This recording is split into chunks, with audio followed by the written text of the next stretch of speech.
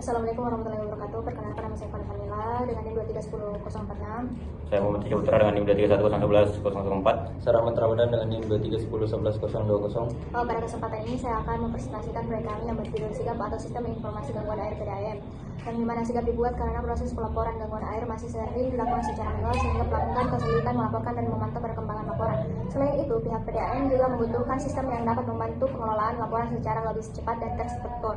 Target pengguna sistem ini ada 3, yaitu pertama pelanggan PDAM untuk melaporkan dan memantau gangguan air, dan kedua itu kepala teknisi dan teknisis untuk menangani laporan yang masuk, dan yang terakhir itu ada admin PDAM untuk pengelola penggunaan dan laporan sistem.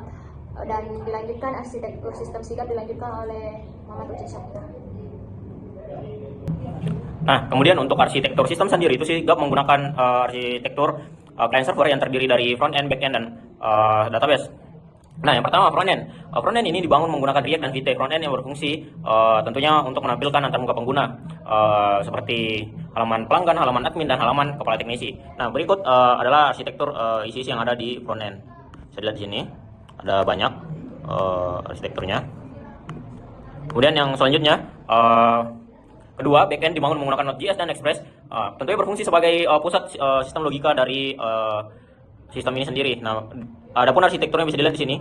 Ada banyak juga migrationnya, konfignya, kontrol, dan masih banyak lagi. Nah, selanjutnya database. Kami menggunakan MySQL dengan SQLS ORM. Ini digunakan untuk menyimpan data-data pengguna dan sebagainya. Mungkin bisa dilihat di sini. Ini adalah isi dari database kami.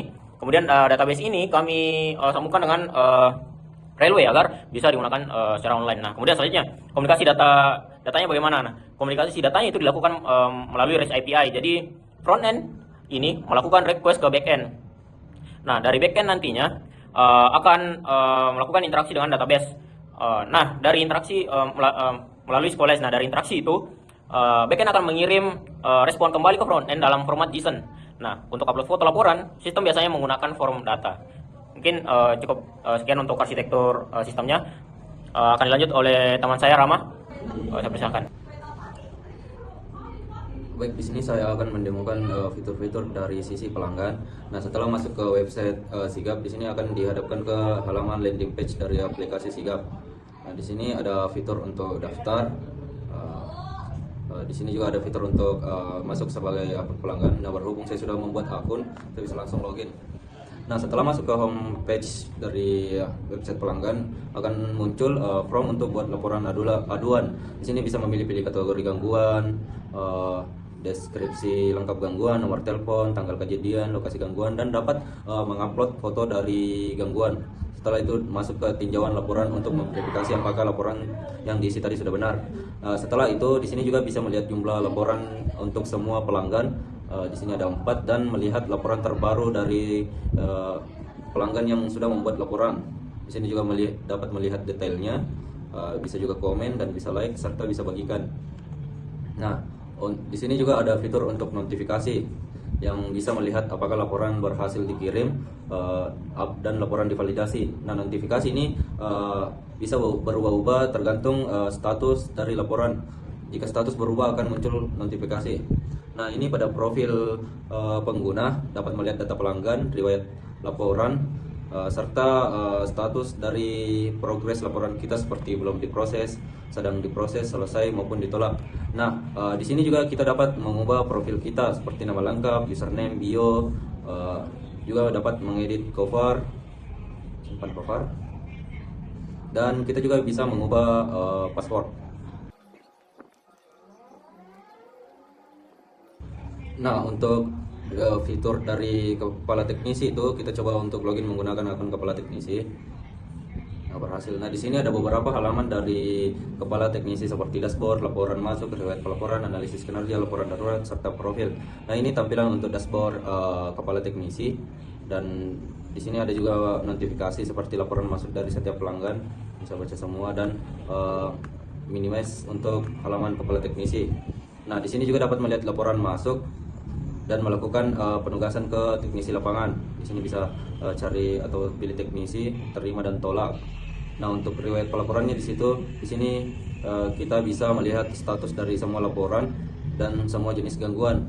serta kita juga bisa menganalisis kinerja dari teknisi lapangan dan melihat laporan darurat dari teknisi lapangan ketika kendalanya itu seperti infrastruktur, operasional, pelayanan, dan sumber daya serta lainnya.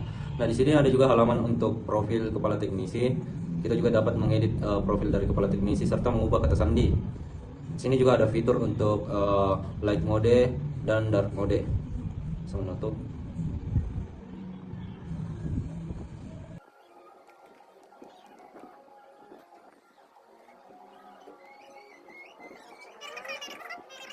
Seperti untuk halaman dashboard itu ada tren laporan bulanan. Di sini sama seperti kepala teknisi, kita juga bisa melihat notifikasi serta minimize dari tampilan halaman admin.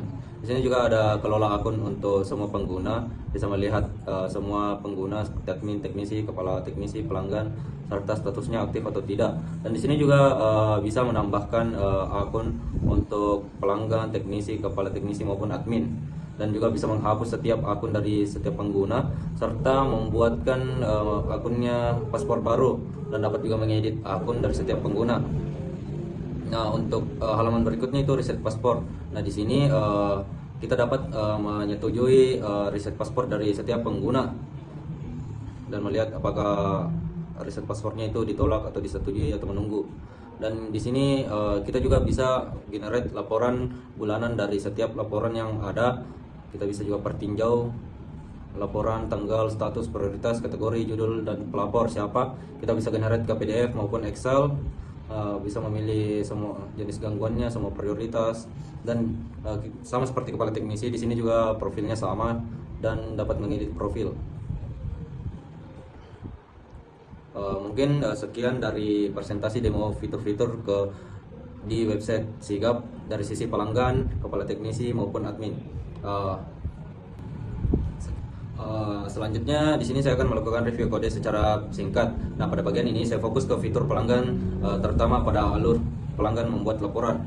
Nah, pada file pertama itu ada di front end untuk SRC-nya di pelanggan app.jxs. Nah, file ini mengatur alur halaman pelanggan seperti halaman utama, login, register, profil, notifikasi, detail laporan, dan form buat laporan. Di sini juga ada pengecekan apakah pelanggan sudah login atau belum. Jika pelanggan belum login tetapi ingin membuat laporan, sistem akan mengarahkan pelanggan ke halaman login terlebih dahulu. Nah, pada file kedua itu di service.app.js. Nah, file ini menjadi penghubung antara front end pelanggan dan back end untuk fitur pelanggan. File ini memiliki fungsi seperti pelanggan login, upload pelanggan laporan, get pelanggan laporan, toggle pelanggan laporan like, dan add pelanggan laporan komen. Di file ini juga ada token JWT dan CSRF, token yang ditambahkan ke request agar proses pelanggan tetap aman. Nah, pada file ketiga itu ada di backend di routes.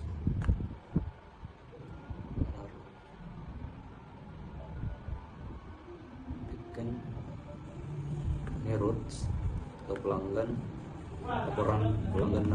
Nah, pada file ketiga ini laporan routes.js. File ini mengatur endpoint laporan pelanggan. Contoh endpoint post, IP pelanggan laporan digunakan untuk membuat laporan baru. Endpoint ini dilindungi oleh autentifikasi pelanggan, pengecekan role pelanggan, CSRF, token, rate limiter, upload foto, dan validasi input.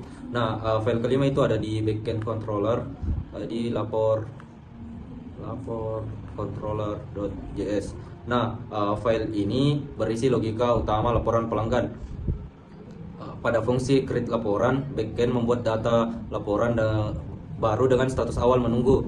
Jika pelanggan mengunggah foto, menyimpan URL foto tersebut. Nah, setelah laporan berhasil dibuat, sistem mengirim notifikasi kepada kepala teknisi dan pelanggan, lalu menyimpan aktivitas pelanggan ke log. Jadi secara singkat, alur kodenya itu seperti pelanggan mengisi form di front end mengirim data melalui app.js, backend menerima request melalui lapor routes.js, lalu laporan control.js itu menyimpan laporan ke database dan mengirim respon kembali ke front end.